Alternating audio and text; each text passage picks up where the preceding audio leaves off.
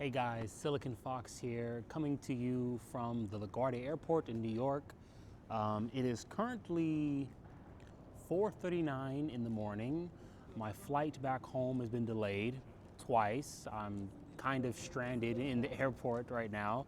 I was out here for a embargo event for pre-CES.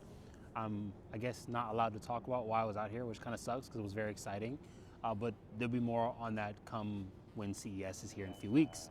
No, what I guess I wanted to do now was to kill some time, as you can see in this very lovely and lively airport.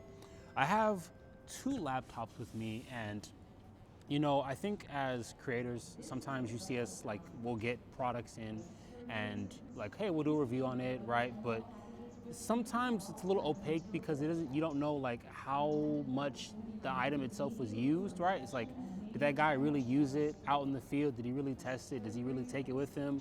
Or does he just put it back on a shelf after he's done benchmarking it, right?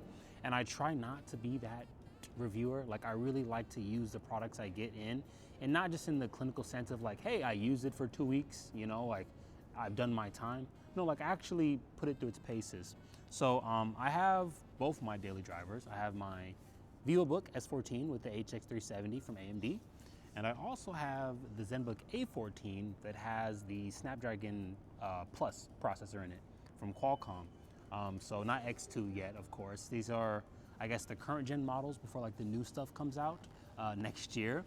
And what I really wanted to do was kind of just have an honest discussion about what it's like right now trying to travel with and use APU-only laptops, because I don't see too many creators really hammering home what it's like to really just have a laptop that doesn't have a dedicated graphics card in it. So I guess I'll start with the VivoBook right now.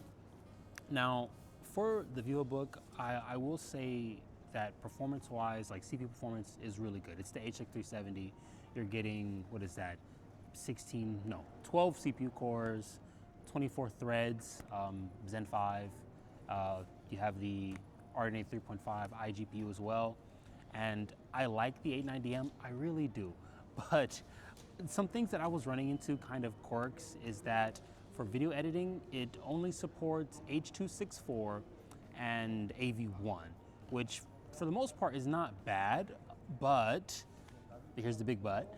I was learning that there's no VP9 support, there's no H.265, which a lot of like phones, for example, use H.265. HEVC is not supported as well. That all has to be done on the CPU, at least for the editor that I use. And this may sound like a minor thing, like, hey, I'm not a video editor. I don't care that you can't really edit on this laptop. Why should I care about this, right? Well, the reason you should care is that when we have bespoke silicon, it makes machines themselves faster and more efficient, right? It's not just for video editing. Some streaming services will use these different codecs and things of that nature. So I think it's important for you guys to know that. And as far as like usability wise, like when I was on the plane, 14 inches is the max, right? It's my preferred size. Like I don't have I don't have anything smaller than 14 inches.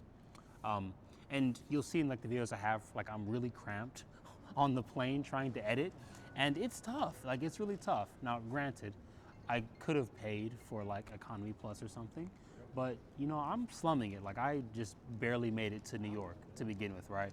I'm operating on hopes and dreams. So I had to sit in like super basic economy class.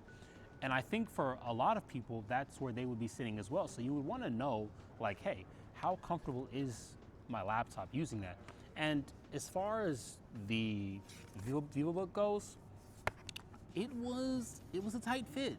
Granted, that was me flying in on Spirit Airlines. So make that for what you will.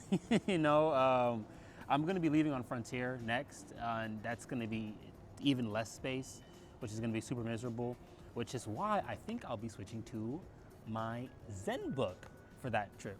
Now, ZenBook, what to say that hasn't already been said? We already know compatibility-wise, you are going to be stuck to mostly things in the browser. I don't have any native apps really that just run locally on this thing. Okay, well, Microsoft Word is one. But as far as like my video editor, like I use Movavi video editor. I don't use DaVinci or Adobe or whatever, Premiere. I'm not that fancy. I'm very basic when it comes to my videos, as you can probably tell. So that's not supported on this laptop, and I've begged the team if they would consider supporting Qualcomm, and they've just straight up told me like, no, we're not gonna do it. It doesn't make sense for us. The install base is too low. So that really sucks, and it's not just them. There's a lot of programs, whatnot, that don't work. But I don't want this to be a bash fest on this laptop because it has superb strengths. Number one being is it's super light. Like the A14 is barely 2 pounds, right? Barely 2 pounds. It might be like 2.01 pounds. It's been a minute since I've done the review, but obviously you can't feel what this feels like. But this, I would rather carry this as my everyday carry laptop versus this all day. I have to carry this because it has the compatibility and it can, just get the job done as far as like content creation and other things are concerned, right? Light gaming, things like that. But I imagine anybody would rather carry this. I've at work, I've like asked my coworkers, stuff like that. I'm like, just based off of form factor and feel alone, this wins out every time. And I don't work in the tech sector with people who know about technology, who know about Qualcomm versus AMD. That's beyond them, right? They just know that this laptop is light, it has a nice trackpad, I like the keyboard. This one's a little heavier and it's metal. So that's kind of where the layman is concerned. And on that topic of the form factor, what I actually really like, again, is the trackpad. Now, it's not haptic, but this is by far the best diving board trackpad I've ever used on a laptop. And I don't think I said that in my review initially, but it just cannot be understated how smooth it feels to glide across. And the clicks themselves are, I don't want to say recessed because it's not like flush with the laptop itself, but it's kind of a shallow click, which actually feels good on this machine. Like, it's shallow, it's tactile, and it doesn't feel like you have to use a lot of force to actually actuate that click, which just feels so nice. I can't even tell you how great that actually feels. The keys as well. The fact that I can even hold it like this and not break a sweat should tell you everything you need to know, right? I'm just so disappointed in the compatibility. I really am. Like, if my video editor worked, I would be daily driving Qualcomm. Straight up. Like, I would be okay with no gaming working because I would just play games on my Steam Deck or something like that, or on another computer I have. But to not have your work apps work, it just is not a great feeling. And I know for most people, if I'm just being honest, they would be okay with this, like doing stuff in the browser. Most people would be fine with that. For me though, I just expect a little bit more on my laptops. And I'm torn. And I've been telling my friends this, I'm really torn because this was a joy to travel with. It really was. And honestly, looking back, I might have been able to get away with just coming with the ZenBook. Maybe, just maybe. Going forward though, we know come CES that Qualcomm is supposed to be cooking up things with the X2 processors, and they've claimed that they have really worked on compatibility. The translation layer itself is better. They've got a bunch of developers on board. There's so much buy-in. I mean, I'm curious to see if that's going to bear fruit. I really hope it does because I can see Windows on ARM, picking up steam and becoming the future because this is the closest you're going to get to that feeling of a MacBook, right? And you'll see a lot of OEMs will say things like, okay, we have this MacBook Pro killer. It's got this CPU in it, it's got this GPU in it, it's got 50 times performance as Apple's whatever silicon, and that's fine if performance is your only metric, but when we're talking about efficiency, nothing comes close but Qualcomm's laptops right now.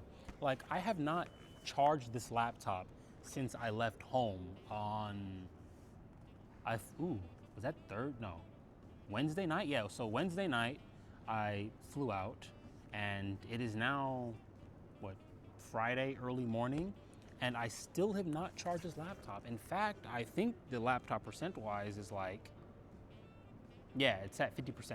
So this has been me using it as well. So 50% of me using it on the plane, in different lobbies, at restaurants, things like that, mixing and matching. This has died several times. No, it's a couple of days, but this is not on one single charge. That's phenomenal. I mean, you can't beat that. Well, I mean, I suppose you could. And there is an elephant in the room. I don't have it, but I hope to get it. And that is a design that has Intel's latest Panther Lake chips in it. And I feel like Panther Lake is going to be the bridge between the power and compatibility of x86, but the efficiency of ARM processors. And I am so ready for it. All of my peers will know that I've been hyping up Panther Lake, in podcasts, things like that, because it's the laptop for me. It's the processor for me, right? I'm gonna get ARM-like battery life, but I'm going to have the power of x86 and be able to use all my apps and have better performance. We're talking an iGPU, right? That is what, maybe 60 to 70% of the way there of what's in Strix Halo with the 8060S. That's big news for me. That's huge. And it's gonna have better codec support, which I'm all for. And granted, this is starting to sound like just Silicon Fox wish list, which it partly is. But I mean, I just can't help it, right? And really this trip, besides getting to see what I got to see, which I can't talk about, it really opened my eyes to not just how far we've came with APU-only laptops, but how much further we have to go and how close we seem to be getting. I mean, I don't want to have to choose. I don't want to have to choose. And I feel like I'm so close to not having to choose. But I would say, what do you guys think? Let me know down in the comments what you're feeling like. CES is right around the corner. Pretty soon we're going to be walking the halls of the convention center and looking at all the new shiny toys that are probably going to be overpriced because of different economic related factors. Other than that, it's quite early. I'm going to try to get some rest before my flight in the next, 6 hours. Silicon Fox though, signing off, saying ciao, and I will see you all next time.